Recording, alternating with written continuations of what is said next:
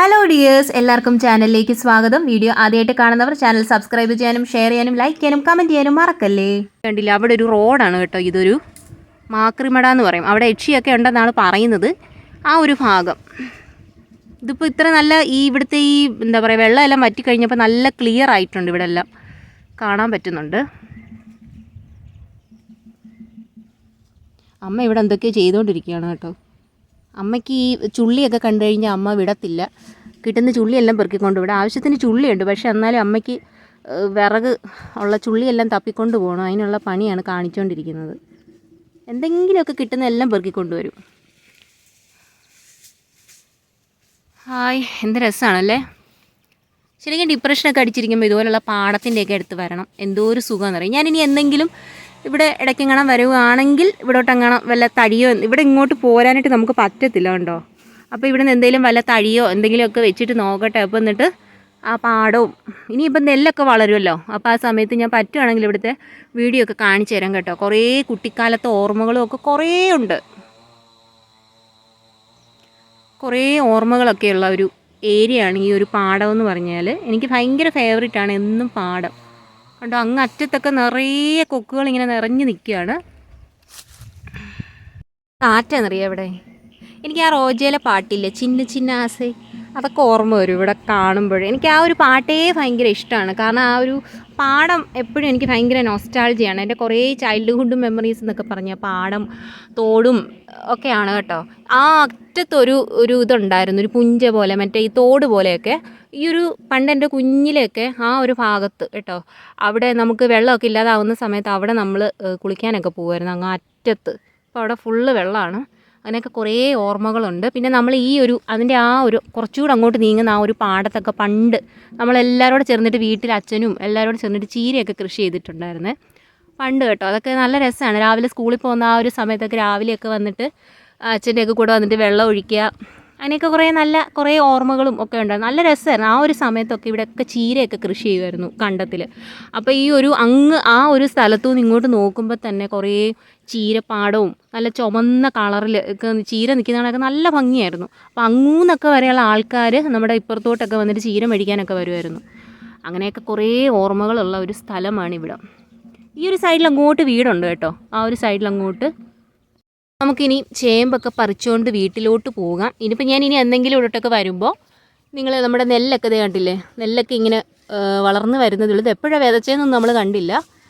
അപ്പോൾ ഇവിടെയൊക്കെ നിങ്ങളെ ഞാനൊന്ന് കാണിച്ചു തരാം. അപ്പോൾ ഇപ്പം ഞാൻ പോട്ടെ.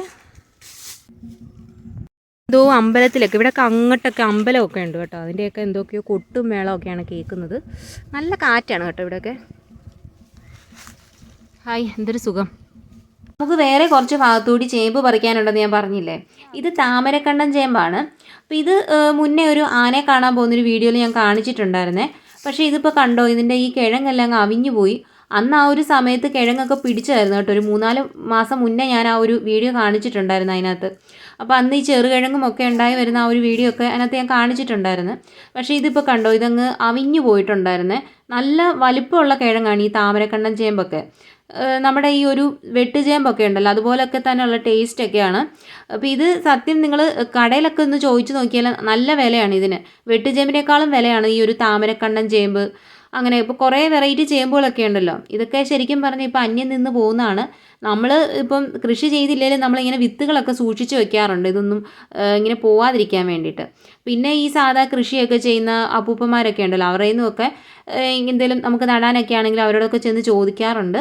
അപ്പോൾ നിങ്ങൾ ഇതുപോലെ വിത്തുകളൊക്കെ കിട്ടുന്നില്ല എന്നുണ്ടെങ്കിൽ അങ്ങനെയൊക്കെ നിങ്ങൾ അന്വേഷിച്ച് നോക്കണം. അപ്പോൾ ഇതൊക്കെ എന്താണെന്ന് വെച്ചാൽ നമുക്ക് ചെറിയൊരു കഷ്ണം നട്ടാലും അത്യാവശ്യം നന്നായിട്ടുണ്ടാകുന്ന കുറേ തരം ചേമ്പുകളൊക്കെയാണിത്. അപ്പോൾ ഈ ഒരു രണ്ടാമത്തത് പറിച്ചപ്പോൾ അത്യാവശ്യം നന്നായിട്ടുണ്ടായിരുന്നു. അപ്പോൾ ഇപ്രാവശ്യത്തെ ചേമ്പെന്ന് പറഞ്ഞാൽ ഇത് കണ്ടോ, ഇത്രയാണ് കിട്ടിയിട്ടുള്ളത്. അപ്പോൾ ഇതിന് കുറച്ച് മുന്നേ നമ്മൾ അവിടെ പറമ്പിലൊക്കെ പോയി കുറച്ച് ചേമ്പൊക്കെ പറിച്ചെടുത്തിട്ടുണ്ടായിരുന്നു. അതൊക്കെ നമ്മൾ പുഴുങ്ങി തിന്നു. പിന്നെ അതുപോലെ അവിയലിനകത്തും ഒക്കെ ഇട്ടു. ഇതാണ് താമരക്കണ്ടൻ ചേമ്പ് കേട്ടോ. ഇത് പ്രാവശ്യം നമ്മൾ കറിക്കകത്തൊന്നും ഇടാനായിട്ട് എടുക്കുന്നില്ല. അത് മൊത്തം നടാനായിട്ട് എടുക്കുകയാണ്. കാരണം അത് മുളച്ചൊക്കെ വന്നിട്ടുണ്ടായിരുന്നു, നന്നായിട്ട് സമയം കഴിഞ്ഞിട്ടുണ്ടായിരുന്നു. അപ്പോൾ ഈ ഒരു ചേമ്പും വിത്തേ നമുക്ക് ചെറുതുമുണ്ട്, അതുപോലെ തന്നെ വലിയ വിത്തുകളും ഉണ്ട്. ഇതും കുറച്ചും കൂടെ താമസിച്ചിരുന്നെങ്കിൽ ഇത് മുളച്ച് വന്നേനെ. അതാണ് ഇതിൻ്റെ അറ്റം കണ്ടില്ലേ, നല്ല റെഡ് കളർ പോലെ. അത് ശരിക്കും മുളയെ വരുന്നതാണ്. ഇവിടെ ഒരു മഴയെ പെയ്തിട്ടുള്ളായിരുന്നു, പക്ഷേ എന്നാലും ഇത് അതിൻ്റെ ഒരു സമയം കഴിഞ്ഞ് വരുമ്പോൾ എന്തായാലും കിളിർത്ത് വരും. കണ്ടില്ലേ, നല്ല ഗത പോലെയൊക്കെ ഉണ്ട് ചേമ്പൊക്കെ. നല്ല ചിലതൊക്കെ നല്ല മുഴുത്ത വിത്തുകളും ഒക്കെ ഉണ്ട്. ഇതൊക്കെ കാണുമ്പോഴേ ഒരു എന്താ പറയുക, നല്ലൊരു കൊതിയും തോന്നുന്നുണ്ട്. പക്ഷേ ഇതെന്താണെന്ന് വെച്ചാൽ നമ്മളിതെല്ലാം കൊണ്ട് കടയിൽ കൊണ്ട് കൊടുക്കുമായിരുന്നു. അപ്പോൾ നല്ലൊരു വിലയും നമുക്ക് കിട്ടിയിട്ടുണ്ടായിരുന്നു. അപ്പോൾ അന്ന് നല്ലൊരു വൈകുന്നേരമായിരുന്നു. അപ്പോൾ അതുകൊണ്ടാണ് ഈ ഒരു ക്ലാരിറ്റി നിങ്ങൾക്ക് തോന്നാത്തത്. അപ്പോൾ ഞാനും അമ്മയും കൂടെ കൊണ്ടത് കയ്യോടെ തന്നെ കൊണ്ട് കൊടുത്തു. ഇതൊക്കെ ഞാനൊരു ടിപ്പ് പറഞ്ഞുതരാം. നമ്മൾ ഈ ചേമ്പൊക്കെ വിൽക്കുന്ന സമയത്ത് അന്നേരം തന്നെ കൊണ്ട് കൊടുക്കണം. കാരണം എന്താണെന്ന് വെച്ചാൽ ഇതിൻ്റെ നീര് വെറ്റി കഴിയുമ്പോഴുണ്ടല്ലോ ഇതിൻ്റെ വെയിറ്റ് കുറയും. അപ്പം നമ്മൾ ഒരു നല്ലൊരു ടിപ്പാണത്. നിങ്ങൾ ഈ ചേമ്പ് ചേനയൊക്കെ പറിക്കുമ്പോൾ അന്നേരം തന്നെ കടയിൽ കൊണ്ട് കൊടുക്കണം. അപ്പോൾ ഞാൻ നമ്മുടെ ഈ ഒരു ചേമ്പിൻ്റെ തണ്ടുണ്ടല്ലോ അന്ന് പറിച്ചെടുത്തത്, അത് വെച്ചിട്ടൊരു അവിയലും കൂടെ നിങ്ങളെ കാണിക്കാമെന്ന് വിചാരിച്ചു. സാധാരണ ഇത് വെച്ച് തോരൻ വെക്കും, അതുപോലെ തന്നെ മെഴുക്ക് പുരട്ടിയൊക്കെ വെക്കും, അങ്ങനെയൊക്കെ ചെയ്യാറുണ്ട്. അപ്പോൾ ഇന്ന് ഞാനിതൊരു അവിയൽ വെച്ച് കാണിക്കാം. ഇത് അവിയലൊക്കെ വെക്കുന്ന സമയത്ത് ഇതിൻ്റെ കൂടെ ബാക്കി പച്ചക്കറികളൂടൊക്കെ വേണമെങ്കിൽ ചേർക്കാം, അതല്ല ഇത് മാത്രമായിട്ട് വെക്കാം. അപ്പോൾ ഇന്ന് ഞാൻ ഇത് മാത്രമായിട്ടാണ് വെക്കുന്നത്. അപ്പോൾ നിങ്ങൾ ഒന്ന് കണ്ടു നോക്കൂ. അപ്പോൾ ഇതിൽ ധാരാളം ഫൈബർ ഉണ്ട്, വൈറ്റമിൻ സി ഉണ്ട്, കാൽസ്യം ഉണ്ട്, അങ്ങനെ ഒത്തിരി ഗുണങ്ങളുള്ളതാണ്. അയണും ഒക്കെ ധാരാളം ഉണ്ട്. അപ്പോൾ നമുക്ക് ഇങ്ങനെയൊക്കെയുള്ള ഈ വൈറ്റമിൻസിൻ്റെയൊക്കെ കുറവുള്ളപ്പോൾ ഇതുപോലുള്ള സംഭവങ്ങളൊക്കെ ഒന്ന് കഴിച്ച് നോക്കണം. അപ്പോൾ ഇത് ഒന്ന് ഞാൻ അരിഞ്ഞിട്ട് ഒന്നുകൂടെ ഒന്ന് കഴുകി എടുക്കുകയാണ്. അപ്പോൾ ഇത് ഒത്തിരി മൂത്ത തണ്ട് നിങ്ങൾ എടുക്കരുത്, ചൊറിയാൻ സാധ്യതയുണ്ട്. അപ്പോൾ ഗൈസ്, നമുക്ക് അവിയൽ പെട്ടെന്ന് തന്നെ ഉണ്ടാക്കണം. അപ്പോൾ ഞാൻ കുറച്ച് തേങ്ങ എടുത്തിട്ടുണ്ട്, പിന്നെ കുറച്ച് ജീരകം, പിന്നെ 2 പച്ചമുളക്, പിന്നെ ചുവന്നുള്ളി, ഇത്രയാണ് എടുത്തിട്ടുള്ളത്. അപ്പോൾ ചിലരൊക്കെ വെളുത്തുള്ളി ചേർക്കാറുണ്ട്, നമ്മൾ വെളുത്തുള്ളി ഒന്നും ചേർത്തിട്ടില്ല. അപ്പോൾ ഇനി ഇതൊന്ന് ചതച്ചുകൊണ്ട് വരാം. അപ്പോൾ ഞാൻ അധികം വെള്ളമൊന്നും ചേർക്കാതെ ചതച്ചെടുത്തിട്ടുണ്ട്. ഈ ഒരു പരുവം മതി, ഒത്തിരി അങ്ങ് അരിഞ്ഞു പോകണ്ട. ഇനി ബാക്കിയുള്ള പരിപാടി, നമ്മൾ ഈ ഒരു ചട്ടിയിലാണ് ഇന്ന് അവിയൽ ഉണ്ടാക്കുന്നത്.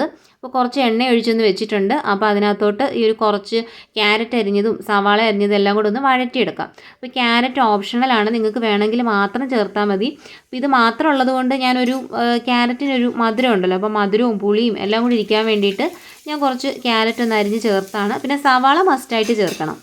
അപ്പം കുറച്ച് ഉപ്പും കൂടി ഒന്ന് ചേർത്ത് കൊടുത്തിട്ടുണ്ട്. അപ്പം നന്നായിട്ട് വഴറ്റി കിട്ടും. ഞാൻ പൊതുവെ അങ്ങനെ അലൂമിനിയം ചട്ടി അങ്ങനെ അധികം ഇങ്ങനെയുള്ള പുളിയുള്ള സാധനങ്ങളൊന്നും വെക്കുമ്പോൾ ഉപയോഗിക്കാറില്ല.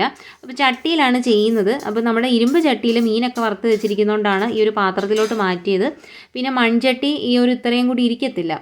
പിന്നെ ഈ ഒരു ഇത്രയും ക്വാണ്ടിറ്റി കണ്ടില്ലേ, ഇത് കുറച്ച് കഴിയുമ്പോൾ ഒന്ന് അമങ്ങി വരും. അപ്പോൾ ഇത് വെന്ത് വരണമെങ്കിൽ അത്യാവശ്യം നല്ല വലിപ്പമുള്ള പാത്രം വേണം.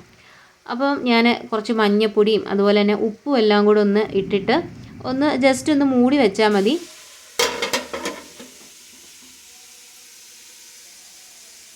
ഗൈസ്, ഞാൻ ഒരു കാര്യം മറന്നുപോയി, മുളക് പൊടി ചേർത്തില്ല.